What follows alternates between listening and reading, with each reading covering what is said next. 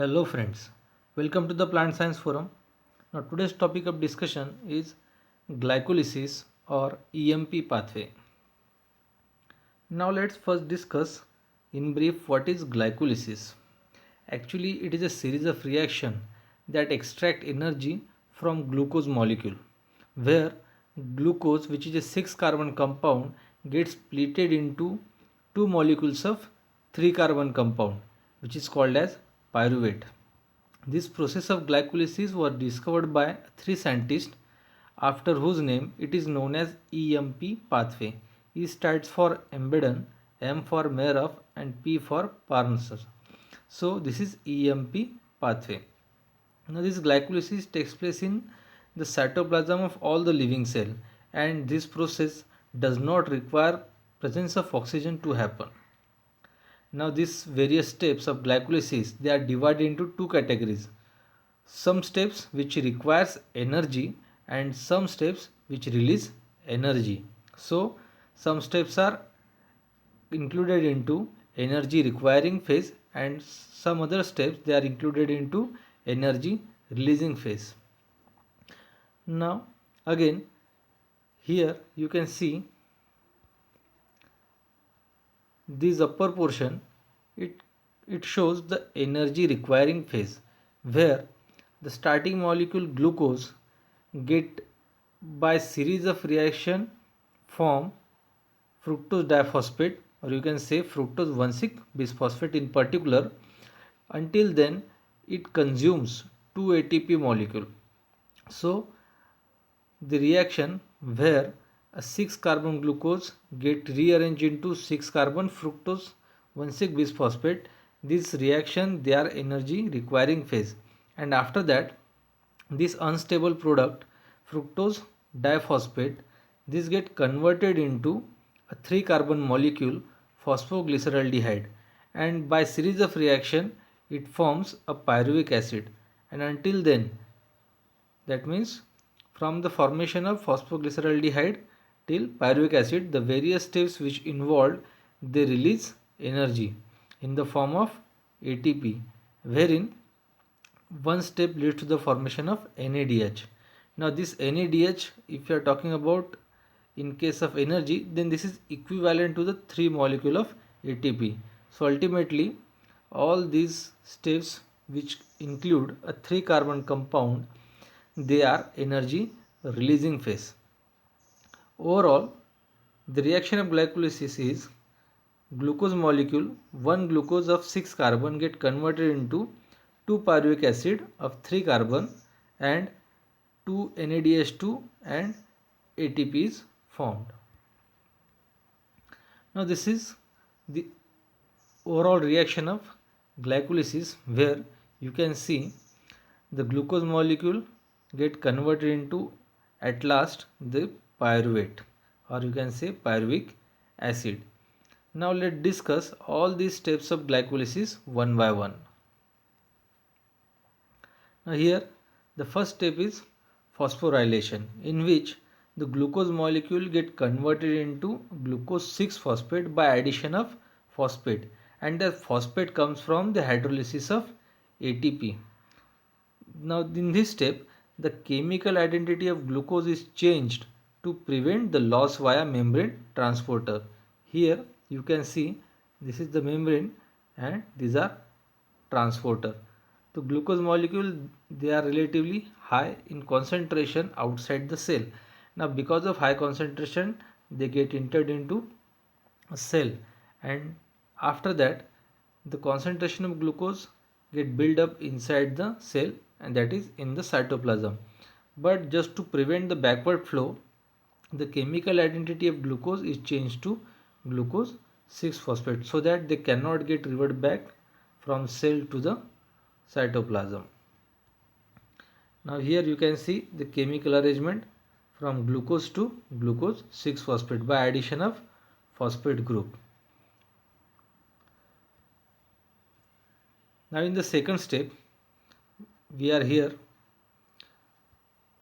at this step. Now this green color sphere represents a carbon molecule. Here they are 6, that's why it is a 6 carbon, and phosphate is attached. So we are at the step where glucose 6 phosphate is involved. Now in the second stage, the name is isomerization 1. In that, glucose 6 phosphate get converted into a fructose 6 phosphate, and the enzyme involved is phosphoglucose isomerase. Here you can see this is also a 6 carbon, this is also a 6 carbon, and phosphate is attached. In the chemical structure you can see glucose, this is phosphate attached, and because of the action of enzyme, now this glucose molecule get converted into a fructose molecule. Actually both they are consist of 6 carbon, so it is nothing but the isomerization, and phosphate is already attached. Now the third step is phosphorylation 2. Now here we are at this stage. Now the fructose 6 phosphate which was formed in the earlier step, it again utilizes ATP and add 1 phosphate to the fructose 6 phosphate. Now because of hydrolysis of ATP, now fructose contains a 2 phosphate group. One is at the first position and another is at the sixth position. Here you can see 1 phosphate and another phosphate group attached to a fructose ring.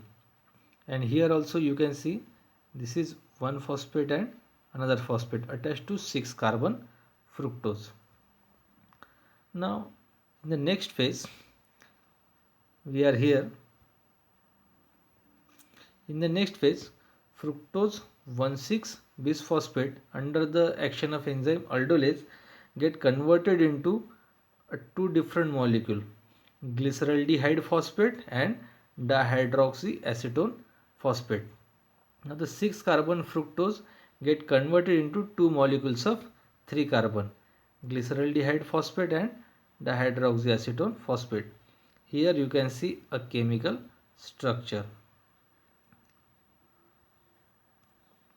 Now in the next phase, which is the isomerization phase, again at the same step you can see the formed product glyceraldehyde phosphate and dihydroxyacetone phosphate, they are interconvertible, but in this series of reaction, that is glycolysis, more favorable compound is glyceraldehyde phosphate, or you can also say phosphoglycerate.